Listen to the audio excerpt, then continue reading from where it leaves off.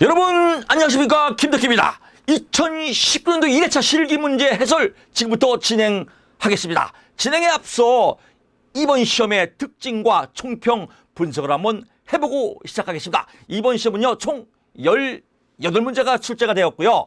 기출문제 13문제, 신출문제 5문제가 출제가 되었습니다. 그래서 역대 신출문제가 가장 많이 출제가 되었기 때문에 이번 시험이 제일 어려운 시험이다, 또 이렇게 볼 수도 있습니다.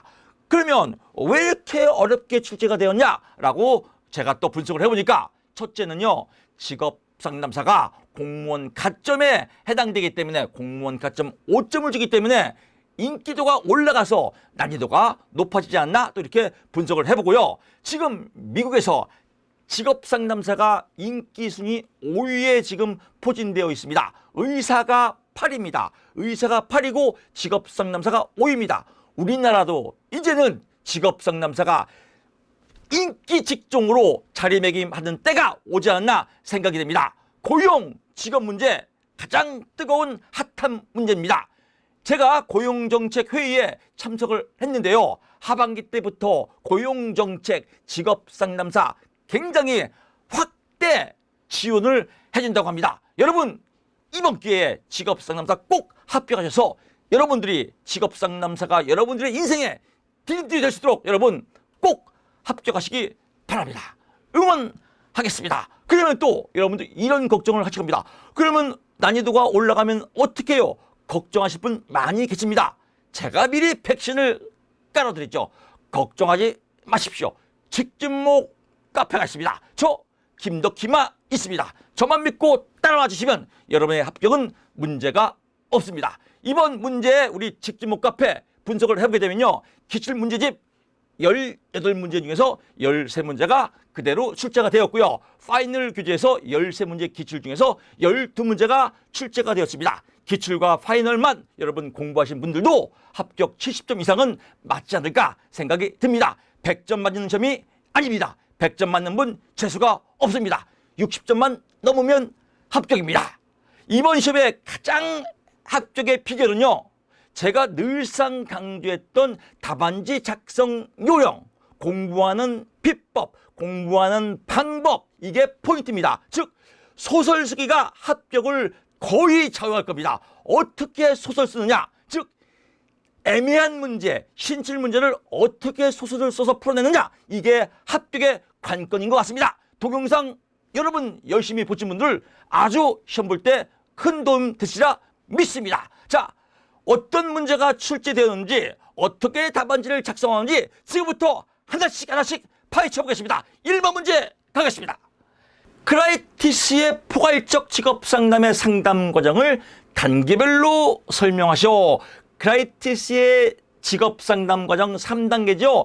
진명문, 크라이티스 진명문이다. 포괄적 직업상담 과정, 좋은 걸 다 포괄했다. 그래서 진짜 명문이다. 진명문, 진단 단계, 명료화 및 해석 단계, 문제 해결 단계다. 단계는 써도 되고 안 써도 됩니다. 요것만 쓰면 뭐 6점은 거의 다 맞았습니다. 해설은 중요치 않습니다.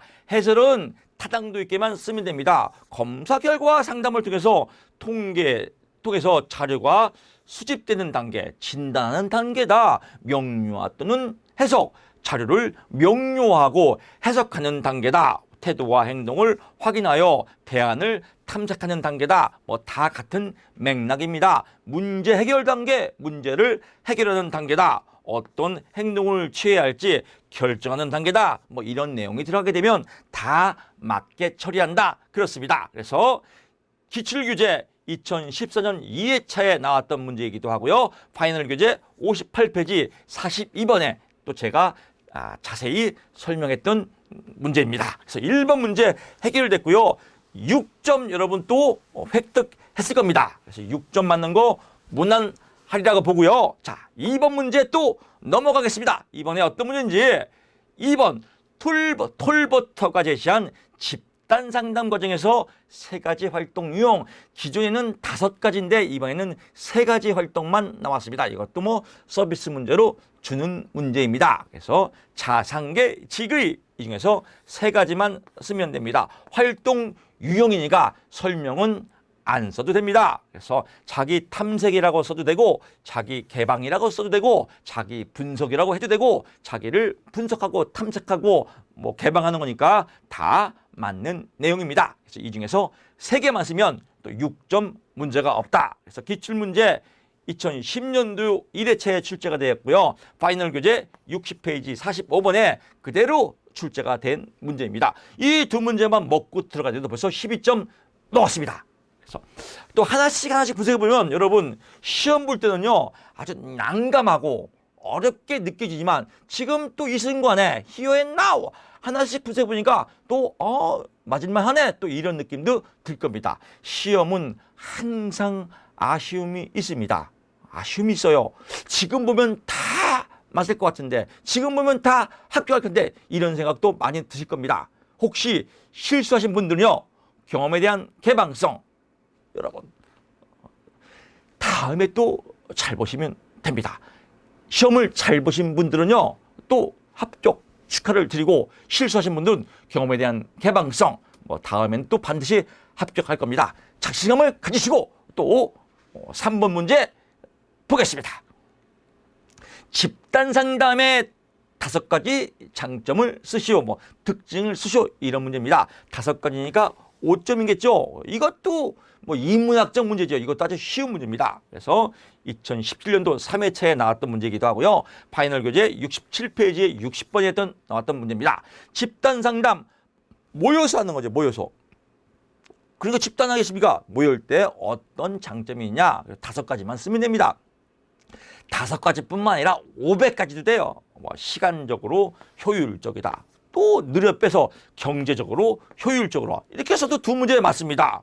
또 개인 상담에 부담을 느끼는 사람에게 효과적이다. 왜? 집단으로 모여서 하니까. 또 집단원끼리 서로 의견을 자주 주고받는다. 뭐 이런 내용들 들어가면 되겠고요. 사회성을 길러준다. 타인과의 관계를 뭐 확증해준다. 뭐 이런 거 쭉 쓰면 다 점수입니다. 그래서 5점 이것도 먹고 들어가는 겁니다. 제가 늘상 강조했던 인문학적 요소, 소설 쓰기 이것만 여러분 알아도요. 답안지 쓰기는 굉장히 편할 겁니다. 그러면 6점, 6점, 12점, 여기 5점, 17점 벌써 맞았습니다. 그래서 또 하나씩 분석해 보니까 또 할만했던 시험이에요. 그래서 3번 문제 해결됐고요. 또 4번 문제 가겠습니다.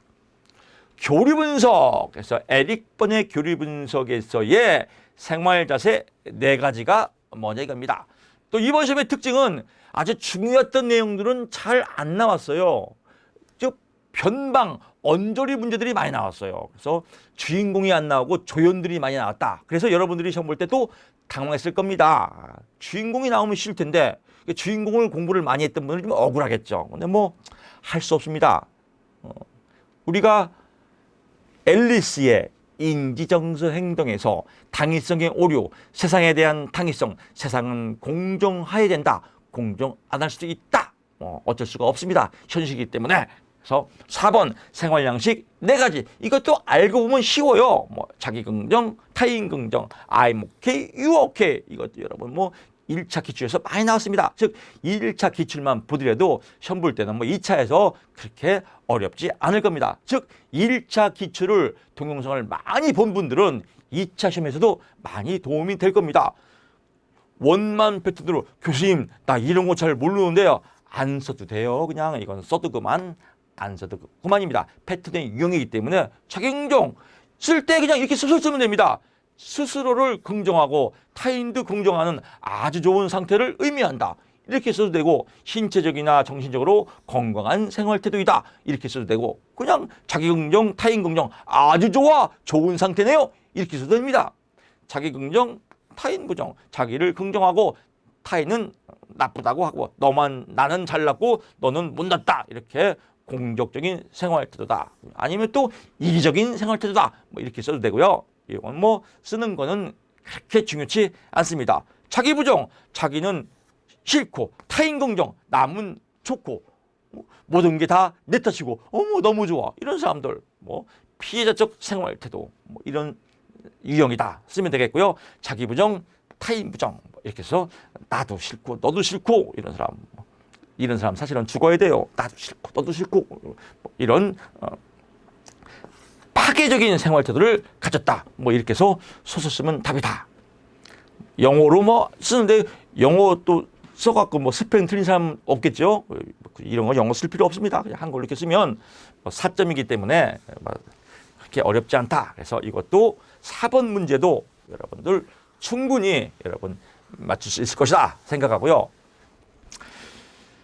1차 공부, 특 1차에 문제를 많이 접해보고 동영상을 많이 보신 분들은 아주 유리한 시험이었습니다. 그리고 앞서 말씀드렸지만 심도 있게 공부했던 분들은 조금 억울한 시험이었습니다. 5번 문제 가겠습니다. 실존주의 상담의 양식 세계 3가지 이런 거 맞추려고 하는 분들요 겁나 제수빵입니다. 이런 건 틀리는 게 예의예요. 틀리는 게. 이런 건 맞출 필요가 없어요. 왜? 처음 봤거든요. 처음 본 걸 뭐하러 맞추려고 그래요. 그러면 이런 문제를 딱 보면 첫째 당황해요. 당황할 거 없어요. 너도 모르고 나도 모르고 공평한 문제입니다. 다만 어차피 안 쓰면 빵점인 거 우리 식대로 그냥 뭐 쓰는 거죠. 빈칸으로 두기보다는 아름답게 소설 쓰자. 제가 강조했지 않습니까? 2차 시험은 소설만 잘 써도 부분 점수, 관영의 점수를 맞을 수 있습니다. 그냥 백지되느냐. 거기 이 공란을 메꾸더니 양식 3개구나. 그럼 뭐 양식 3개 아무거나 쓰세요. 1번 뭐 좋은 3개, 뭐 실존주의, 2번 실존 3개, 뭐 3번 이상 3개 이렇게 해서 뭐 실존 3개, 이상 3개, 뭐 진짜 3개, 가짜 3개 뭐 이렇게 막 써갖고 그냥 소설 쓰면 혹시 알아요? 또 1점에서 줄지. 그래서 이렇게 쓰라 이겁니다. 뭐 어차피 안 쓰면 0점 처리되는 거 똑같은 건데 이건 사실은 틀려야 정상입니다. 주변 세계, 주변을 알아보는 거다. 공조 세계, 사회성을 알아보는 거다. 고유 세계, 자신이 갖는 자신만의 세계를 알아보는 거다. 영적 세계, 종교적 신념 체계를 의미한다. 라고 해서 쓰면 되는데 이거는 그냥 틀리는 게 정상이다. 맞은 사람이 이상하다. 이렇게 보면 됩니다. 아주 쉽습니다. 그냥 어차피 틀린 거 소설이나 쓰자. 그냥 쓰느니 문제가 양식 3개니까 1번 실존 3개, 뭐 2번 비실존 3개, 3번 현실 3개 뭐 어쩌고 저쩌고 쓰면 혹시 알아요? 1점이라도 줄지. 그래서 5번은 그냥 가볍게 넘어가도 된다. 이런 거 신경 쓸 필요가 없다 이겁니다. 6번 문제 가겠습니다. 표준화된 심리검사에서는 집단 내 기준, 즉 집단 내 기준의 종류 3가지를 물어보는 겁니다. 기준은 비교하는 거죠. 어디에서?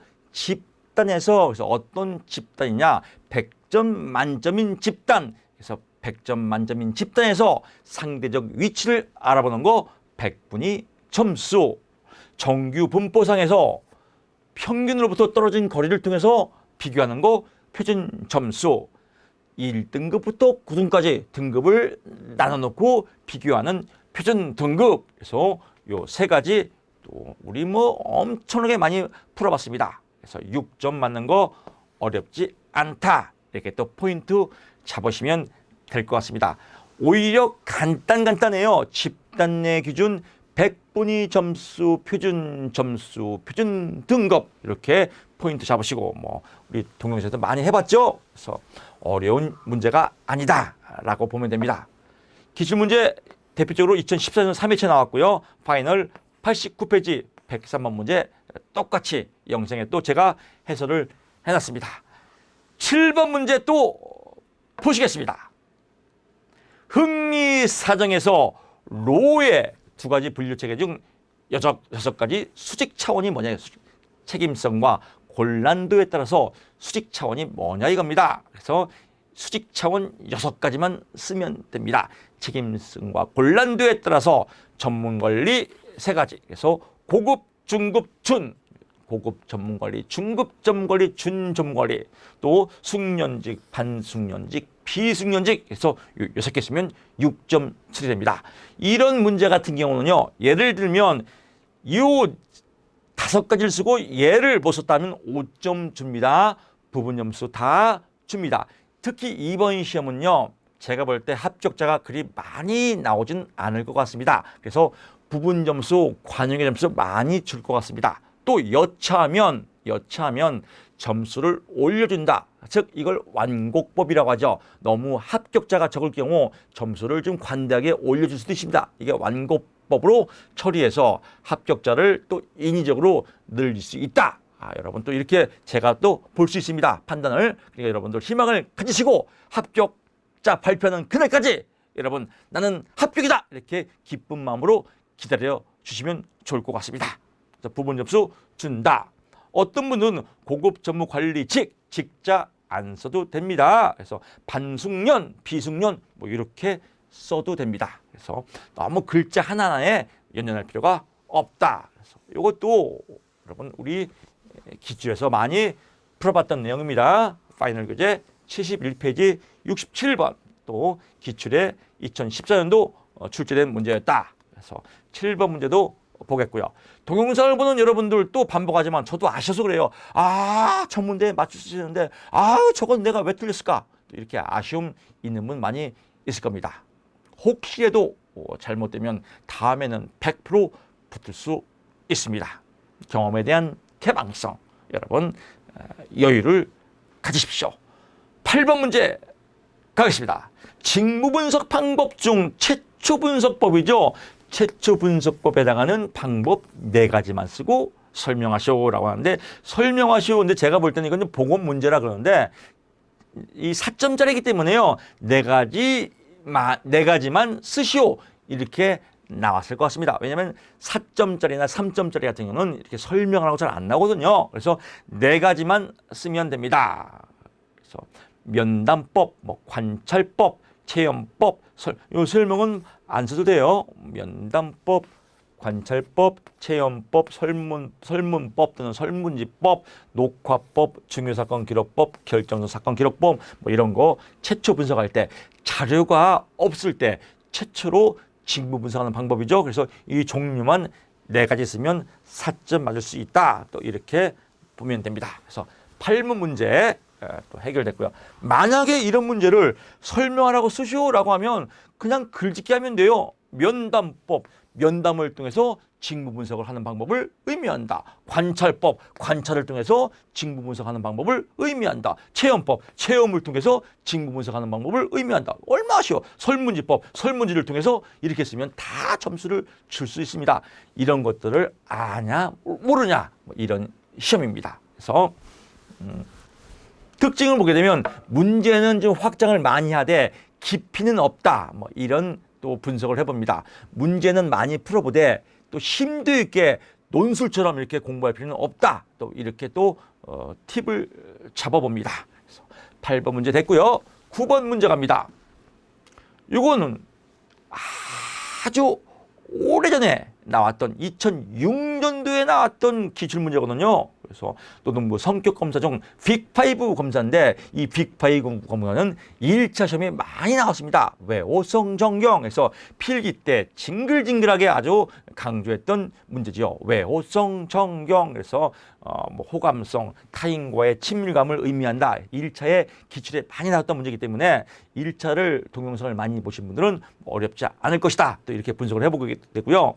아주 특이사항은 2006년도 2대체에 나왔던 옛날 문제인데 파이널 교재에 또 제가 찍었어요. 그래서 파이널 교재 79페이지에 83번에 또 해설을 해놓은 문제입니다. 그래서 외호성 정경, 외향성, 호감성, 성실성, 경험에 대한 개방성, 정서적 불안정성이다. 외향성, 타인과의 상호작용을 의미하기도 한다. 아니면 또 외향성이니까 외향적 성격을 의미한다. 이렇게 써도 돼요. 쓰는 건 점수가 의미가 없습니다. 그냥 이런 것들을 본다라는 거죠. 호감성, 타인과의 조화로운 관계를 의미한다. 아니면 타인과의 친밀한 관계를 의미한다. 중 쓸 것이 없으면 이렇게 호감성, 타인과의 호감도를 의미한다. 이렇게 써도 되고요. 말장난이에요. 성실한 것을 의미한다. 이렇게 써도 되고요. 그러니까 이런 거 갖고 너무 신경 쓸 필요가 없다. 그래서 이렇게 근데 성실성인데 여기다가 성향 또 이렇게 쓰신 분들 계실 겁니다. 그렇게 되면 5문제 중에서 4점 부분 점수를 맞을 수 있습니다. 그래서 외호성 정경 이것도 파이널 퀴즈나 또는 1차 필기에서 영상을 공부하신 분들은 뭐 충분히 맞출 수 있다. 또 이렇게 또 분석을 해봅니다. 10번 문제 가겠습니다. 심리검사 결과에 영향을 미치는 검사자 편인, 변하는 원인, 수검자 편인, 변하는 원인이 뭐냐 이거죠. 그래서 요거 또 기출에 나왔던 문제고요. 이거는 파이널 퀴즈에 제가 왜 안 실었냐면요. 말 자체에 답이 다 있어요. 말 자체. 사실 이거는 그냥 점수를 주는 서비스 문제예요. 말을 그대로 풀었으면 돼요. 강화 효과 배웠죠. 강화를 통해서 검사 점수가 영향을 미친다. 뭐 이번 시험을 잘 보면 뭐 100만 원 상금을 주겠다. 이런 강화를 주게 되면 그만큼 검사 결과에 영향을 미치겠죠. 기대 효과. 이번 시험은 여러분 직진목합에서 공부하신 분들은 100% 다 합격할 겁니다. 이렇게 기대를 하게 되면 그만큼 또 기대심이기 때문에 시험을 잘 볼 수가 있죠. 코칭 효과. 무조건 글자를 외우지 말고 소설식으로 쓰면 타당되게 쓰면 다 점수를 준다. 이런 코칭을 잘해주니까 시험을 또 잘 여러분 받지 않겠습니까? 이런 코칭 효과죠. 만약에 코칭을 실기 시험은 글자 하나하나 다 외워야 된다. 토시 하나 빼먹으면 안 된다. 이렇게 공부한 사람들 다 떨어질 겁니다. 그냥 떨어져야 병 걸리고 떨어지겠죠. 근데 우리는 그렇게 공부 안 했어요. 그냥 키워드만 외워서 타당도 있게 소설 쓰면 다 답이다. 이거 소설 쓰면 다 답입니다. 그냥 문제에 답이 다 써 있습니다. 그래서 칸만 메꾸면 점수 준다. 그래서 6점. 또 이렇게 보면 또 그렇게 어려운 시험도 아니라 또 이런 생각도 들기도 해요. 문제를 딱 볼 때는 뭐 이렇게 문제가 지저분하고 엉뚱한 문제 많이 나왔지? 라고 생각하는데 또 하나씩 분석해 보니까 또 그렇게 뭐 어렵지 않다 뭐 이런 생각도 들기도 합니다. 11번 문제 갑니다. 롭키스와 데이비스의 직업 제공 이론에 대한 내용인데 이 문제 참 열받는 문제입니다. 맨날 성격적 측면 민영 내지 나오다가 이번에는 직업 적응 방식 융근 반적 이렇게 또 신출 문제로 출제가 됐습니다. 아주 허를 찌르는 문제죠. 근데 1차 때 또 우리가 많이 다뤘던 내용들입니다. 그래서 민영, 리지, 융근, 반적. 그래서 기억나시는 분들은 도움이 많이 됐을 겁니다. 그래서 융통성, 끈기, 반응성, 적극성 중에서 3개만 쓰고 설명하시오. 3개만 쓰면 됩니다. 설명은 그냥 대충 버무리면 다 맞게 해줍니다. 융통성, 개인의 성격과 직업적 환경관을 잘 부조화를 견디는 거, 이걸 융통성이라고 하고요. 끈기, 얼마큼 오랫동안 견디냐, 이게 끈기고요. 반응성, 얼만큼 긍정적으로 견디냐, 이게 반응성이고, 적극성, 환경을 얼만큼 적극적으로 개선할 수 있냐, 뭐 이런 내용 갖고 소설 쓰면 다 맞게 해준다라고 해서 여러분들이 잘 썼을 것 같다고 전 믿고 싶습니다. 하지만 또 민영 리지가 하도 임팩트 있게 또 인지에 박혔기 때문에 또 실수하는 분도 많이 있으리라 생각을 듭니다. 하여튼 11번 열받는 문제입니다. 그래서 11번 넘어가고요. 12번으로 가겠습니다. 심리도구 검사 장면에서 참 생뚱맞은 문제죠. 이런 문제 왜 냈나 모르겠어요. 출제자가요. 왜 냈나 모르겠고 또 전제에 말씀을 드렸지만 또 공평한 문제입니다. 너도 모르고 나도 모른다. 공평한 문제다. 근데 우리한테는 무기가 있습니다. 김덕희식 소설 쓰기 무기가 있습니다. 무기가 적중했던 문제예요. 그러니까 이 문제를 쓸 수 있는 사람이면 우리 직진목 카페 회원님들이 아주 엄청난 이게 득이 되는 문제예요. 왜냐면 말이죠.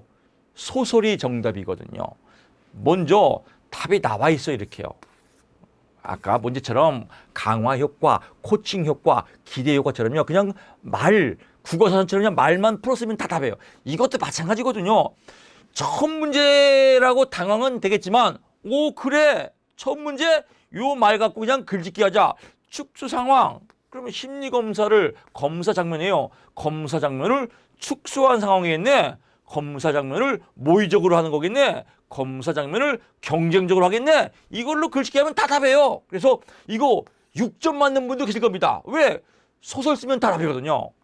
실제 내용 보세요. 실제적인 상황과 같지만 구체적인 과제나 직무를 축소시켜서 그 수행 경과를 관찰하고 평가하는 검사이다. 아니면 축소시키는 검사를 말한다. 이렇게 써도 되겠죠. 여기도 마찬가지죠. 실제적인 장면을 모의적으로, 그 장면을 모의적으로 시뮬레이션, 모의적으로 검사 장면을 만들어서 평가하는 방법이다. 경쟁 장면, 같은 상황에서 실제 문제는 작업을 제시하고 경쟁적으로 얼만큼 수행할 수 있나, 이거를 경쟁 얼만큼 경쟁해서 이길 수 있냐, 이거를 평가하는 검사 방법이다. 이걸로 글짓기 하면 또 이것도 의외로 우리 아이에게 보약으로 다가갈 수 있을 겁니다. 그래서 이건 전형적인 글짓기 문제인데 이거 정말 제시점은 6점 다 맞을 수 있다. 또는 4점도 맞을 수 있다. 이렇게 또 볼 수 있습니다. 이런 문제를 쓰는 분 정말로 아주 격한 박수를 보냅니다. 이런 걸 맞추기 위해서 우리가 그렇게 소설을 쓰자, 타당도 있게 글짓기 하자, 이렇게 옆 앞에 있는 이 연사 강력하게 부르짖었습니다. 앞으로도 그럴 것이고 계속 쭉쭉 그럴 겁니다. 제가 볼 때 18문제 중에서 두세 문제는 꼭 소설 쓰는 문제가 나온다. 이 소설을 잘 써야 합격의 지름길이다. 강력하게 주장했습니다. 앞으로도 그럴 것입니다. 13번 문제 가보실게요. 13번 갑니다. 갤라트 의사결정 과정 중 8단계 중에서 이 7단계 아주 지저분한 문제입니다. 이거 맞추는 사람이 비정상이에요. 틀리는 게 정상입니다. 근데 이왕 틀리는 거 그냥 아무렇게나 막 쓰면 됩니다. 1번 목표 수리 해서 대충 비슷하면 한두 개 맞을 수 있겠죠. 이 카페에 보니까 어떤 분 이렇게 쓴 분 계시더라고요. 의사결정. 제가 볼 때는 2점, 1점은 부점수예요. 1점은.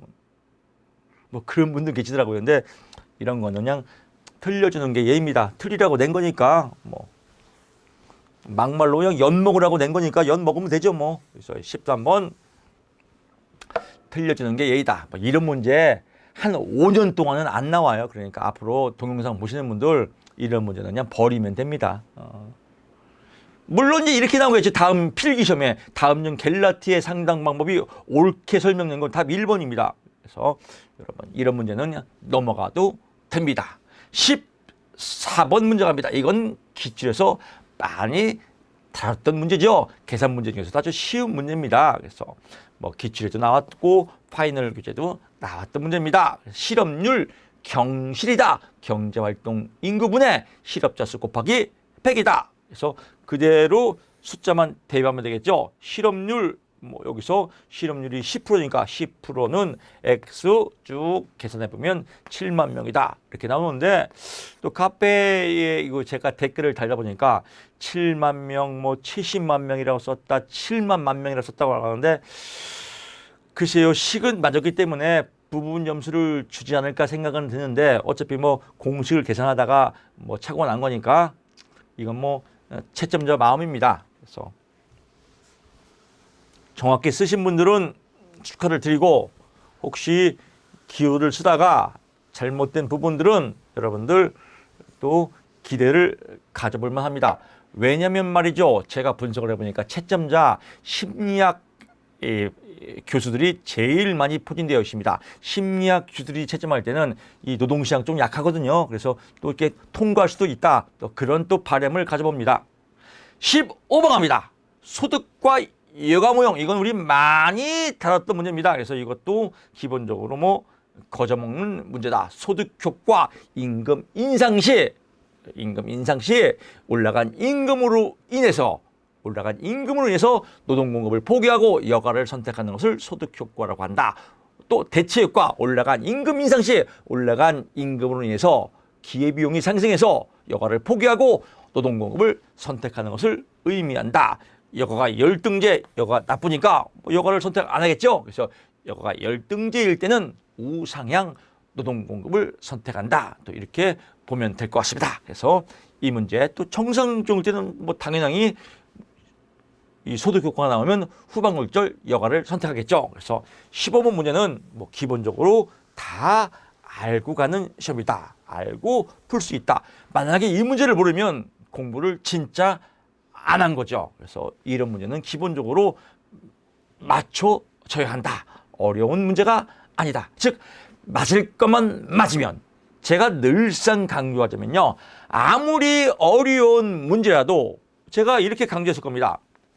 6점짜리 10개만 맞으면 합격이에요. 60점.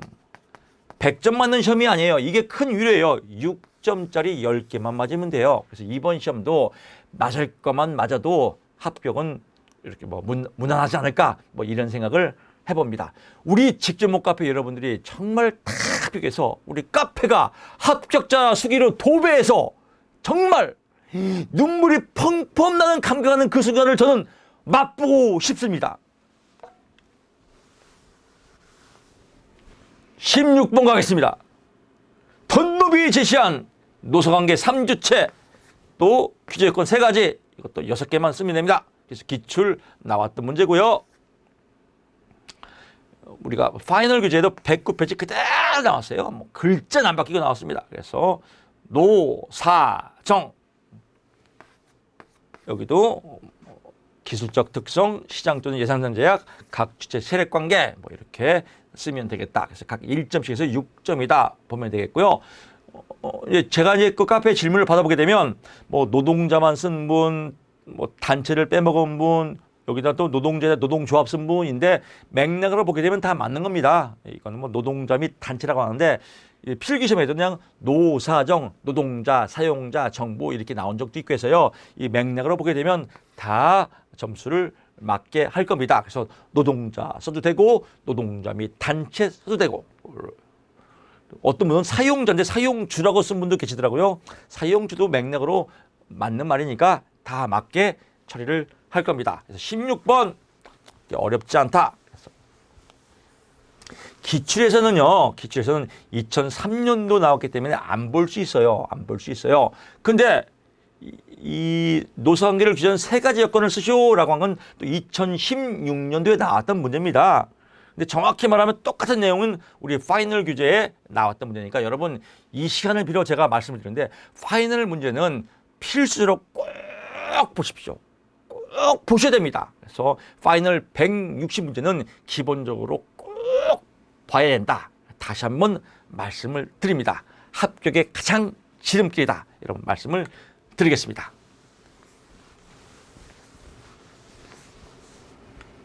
그래서 1차적으로는 기출문제, 2차적으로는 파이널, 요것만 정리하더라도 여러분 어떤 문제가 나오더라도 합격은 가능하다. 제가 이렇게 감히 말씀드립니다. 17번 갑니다. 표준산업분류 분류기준 3가지, 이거는 주는 점수입니다. 산, 투, 생, 산출물의 특성, 투입물의 특성, 생산활동의 일반적인 결합 형태라고 해서 기출, 파이널 다 나왔던 문제입니다. 그래서 요거는 기본적으로 맞췄으리라 봅니다. 이런 문제만 맞춰도 합격하는 데는 크게 어렵지 않습니다. 다시 한번 제가 말씀을 드리지만 논술하시오 이런 큰 쓰는 문제가 많이 안 나옵니다. 앞으로도 그럴 거예요. 왜 그러냐면 채점하기가 힘들거든요. 이렇게 이제 서술식보다는 단답 시험이 많이 나온다. 이렇게 여러분도 포인트 잡으시면 될 것 같습니다. 18번 문제 가겠습니다. 이중노동시장, 이것도 신출 문제지만 1차 필기 영상을 보신 분들은 무난하게 답을 썼으리라 생각이 듭니다. 거기서 제가 얘기했습니다. 1차 노동시장, 근무환경이 좋은 시장, 대기업 시장이다. 그냥 좋은 말 쓰면 다 답이다. 누차 강조했습니다. 좋은 말만 쓰면 답이에요. 1차 노동시장, 노동시장이 좋은 말만 쓰면 다 답이에요. 그러니까 이렇게 생각하면 신출물제면 그렇게 어렵지 않아요. 그래. 1차 노동시장은 좋은 근무 조건이 좋은 시장이라고 했어. 그러면 여기에 좋은 시장에 있는 근로자들의 특징이에요.